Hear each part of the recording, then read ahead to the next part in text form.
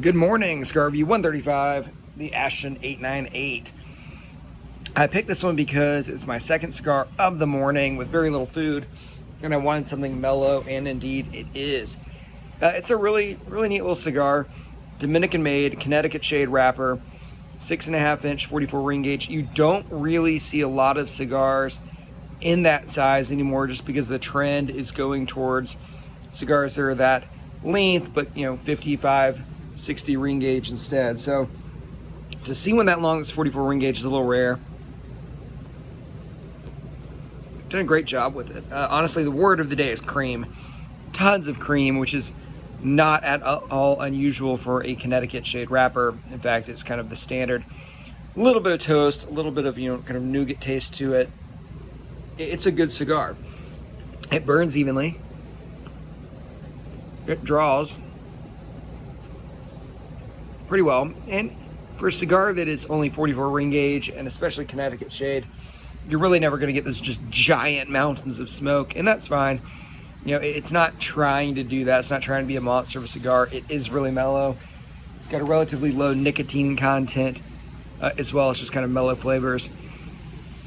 And there's a time and a place for cigars like this, and a good time would be early in the morning when you haven't eaten a lot.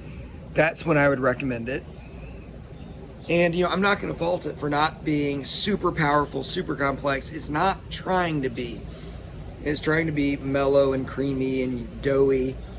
That's what it is, and it does a really good job of it. It's kind of interesting that the Connecticut shade wrapper is actually, apparently in this case, grown in Connecticut. You would think that Connecticut shade by default would be grown there, but most of it these days is actually grown in Ecuador. Reason being that in Connecticut, they've switched over to Connecticut broadleaf. It's more profitable. And in Ecuador, they can actually grow Connecticut shade without having mesh nets like they need in Connecticut, because you have a lot of cloud cover there all the time. So it's a lot cheaper to grow in Ecuador. But this is actually grown in Connecticut, which is nice. Would I recommend this cigar? Yeah, I really would. And the reason being because there are those times where you might want a full-size cigar that's not super strong. If you were a beginner cigar smoker, this would be a fantastic cigar to have, just because it's not going to sit you on your butt. So yeah, I would absolutely recommend it. I think it's a great cigar. It's a good value. If someone showed up to my house with these, they'd be fantastic. It'd also be a good one to smoke. Let's say you were going just real heavy one night and you had 3 or 4 big cigars. You wanted another cigar, but you didn't want to go vomit. This would be a good one to have. So that's it, guys. Cigar Review 135, the Ashton 898, and I'm going to go with a buy rating.